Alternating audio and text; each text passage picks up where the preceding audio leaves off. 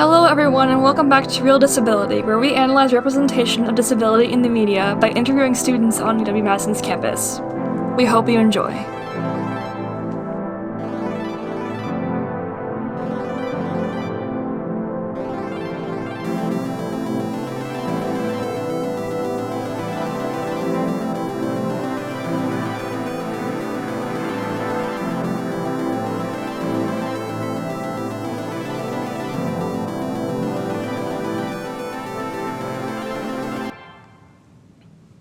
Alright, so tell us a little bit about yourself, like your name, your age, pronouns, major, anything you want to say about yourself.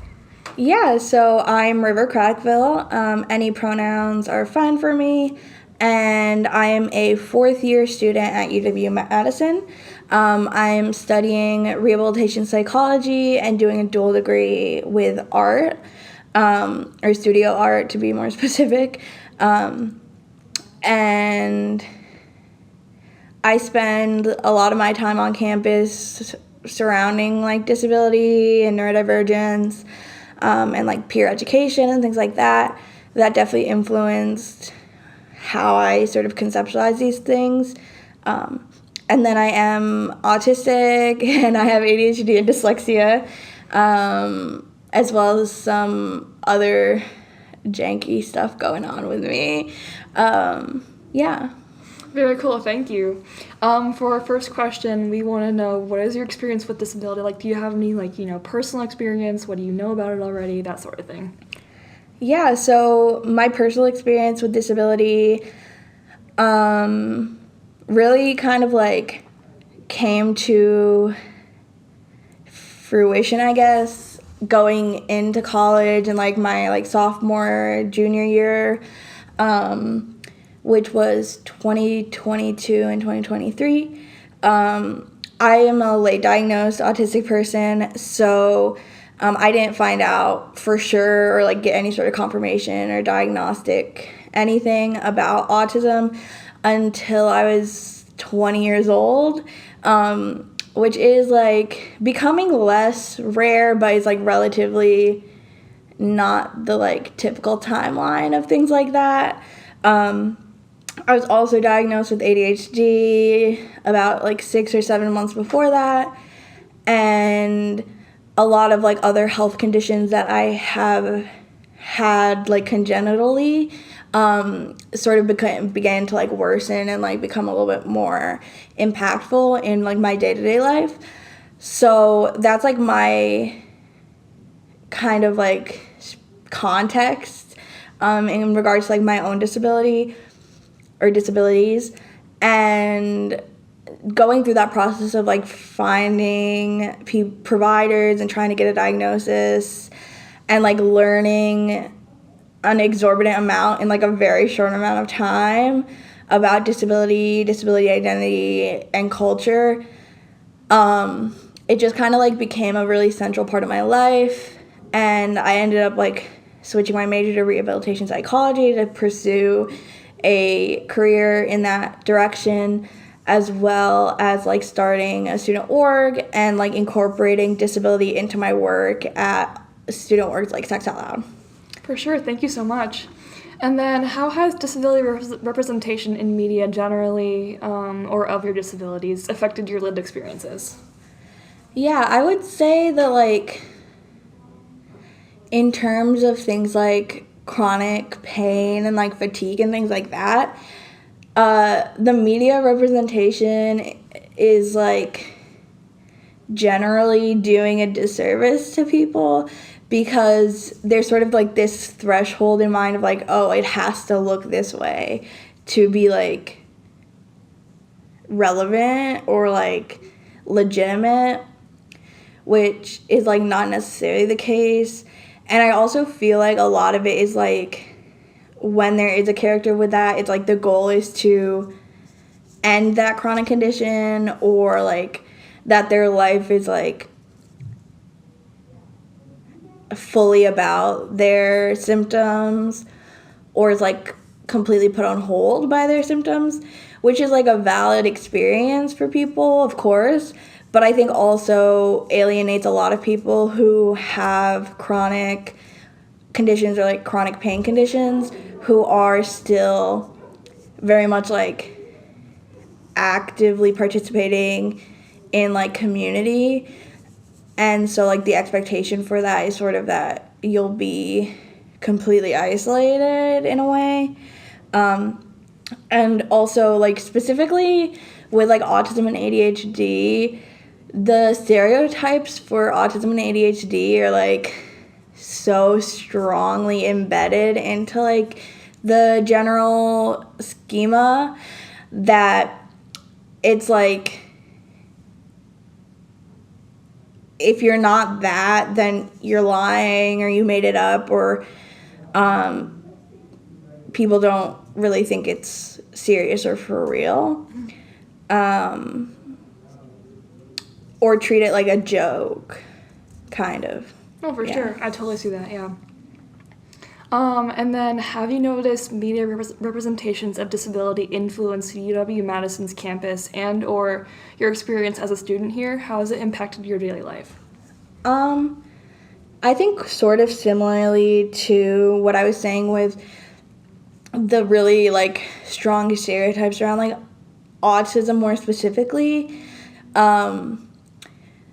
where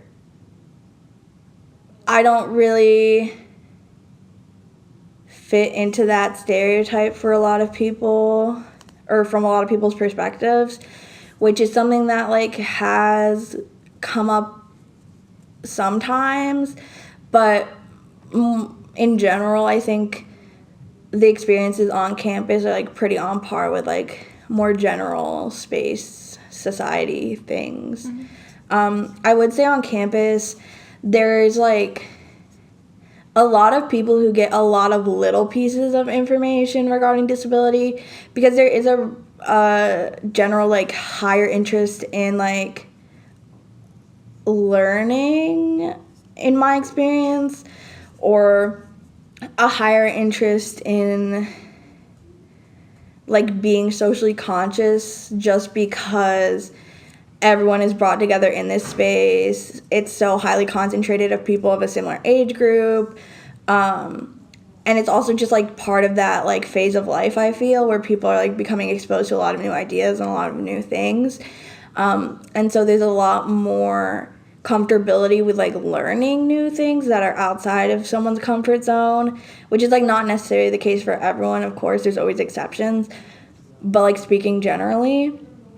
And so I think a lot of people get a lot of little pieces of information who aren't necessarily like personally invested in disability or disability justice, which isn't like a good or bad thing. I would say like if anything it would be more good than bad, but I do think that people then sometimes try and apply like these little pieces of information they have in a really broad brush that might not be fully accurate. For sure, thank you. And then to you, what is the most important aspect to be improved regarding disability representation in media? I think primarily the like writing and involvement of disabled people in media, speaking specifically towards like movies and film. I think like I'm a really big reader, and so I can sort of see already how like more and more books are being published by like established publishers regarding disability as like a major topic in the text, like fiction stories, and then also like how disabled authors are becoming more and more accepted by like mainstream publishing, which in my opinion is likely because there's so many fewer moving parts to that, where you don't have to get as many people on board in comparison to like producing a movie or a TV show. So I think a lot of it has to do with like involvement and like having like authenticity at the center of these stories, because a lot of the issues that come up in media when it comes to like disability representation is either they're all telling the same story that might reflect a small portion of people, or the stories are not like rooted in actual disability experiences of like people who are actually disabled and live that. For sure, thank you so much. And then what stereotypes in media have affected you and how have they affected you? And then like, do you have like an example of media that comes to mind? I would say like savants. A lot. So like Big Bang Theory, The Good Doctor. The Good Doctor, based off of what I've heard, is like becomes better as the story goes on, but I don't personally really have a lot of interest in watching it. But like things like that where it's like this ideal version of an autistic person who can like make up for their autism by being super talented and super amazing. And that's kind of like the autism narrative in media, like Rain Man, Sheldon. Like a lot of times if you ask someone to name like an autistic character in a TV show, like more than half the time it's gonna be Sheldon Cooper from The Big Bang Theory. Mm-hmm. And so I think that is something that is like really affects people a lot. And then also just like there's like certain expectations that especially deserve like communities of color and AFAB people when it comes to like autism and ADHD, and like in a way that those kind of strict expectations for what is and isn't an autistic person or like what autism does or doesn't look like, mm-hmm. Does contribute to like people going their whole life without being diagnosed, which I only got diagnosed because I specifically like put in a lot of work to get that diagnosis, whereas like in an ideal world what really should have happened is someone in like my school or an adult in my like younger years would have noticed a lot of these signs that are like very clearly autistic traits but don't fit into that like stereotypical mold of like being obsessed with trains, which there's nothing wrong with liking trains. It's just when people internalize that as like what autism is, then that becomes the problem. And so I think like a lot of times like that monolithic sort of version is what like I've seen the most impacts of like in my own life, I guess. Yeah. For sure, thank you. And then what pieces of media do you think are good representations of disability and why? And then how's there been like a transformative, piece of media for you? Yeah. So I think like it's kind of hard to like differentiate a little bit what is good or bad representation, I think. Mm-hmm. Because there's a lot of things that like have good parts or good aspects and then also have the negative aspects. Sort of like I mentioned like Sheldon Cooper, who's like kind of like a cookie cutter version of like the autistic stereotype, mm-hmm. still has like a character arc and character growth, even though like I wouldn't necessarily say he's like an ideal or a great example of like autism representation. And sort of similar to that where there's also a lot of examples where it's not necessarily like even framed as like the character is disabled, but it is telling a story about a disabled character. So like for example like The Hunger Games or in Avatar: The Last Airbender, it's never really framed as like in the narrative that any of these characters are like disabled. But like for example like The Hunger Games, there's a lot of disabled characters who deal with like mental health concerns, PTSD, substance use, and then like obviously like also like physical disabilities as well. And so I feel like sometimes the best examples of representation are those that aren't necessarily like framed as disability representation. There's also like, so it's this Netflix series that is like an Australian show. It's Heartbreak High, which it's as cheesy as it sounds. So like that's the thing where it's like, do I think this is like an amazing show?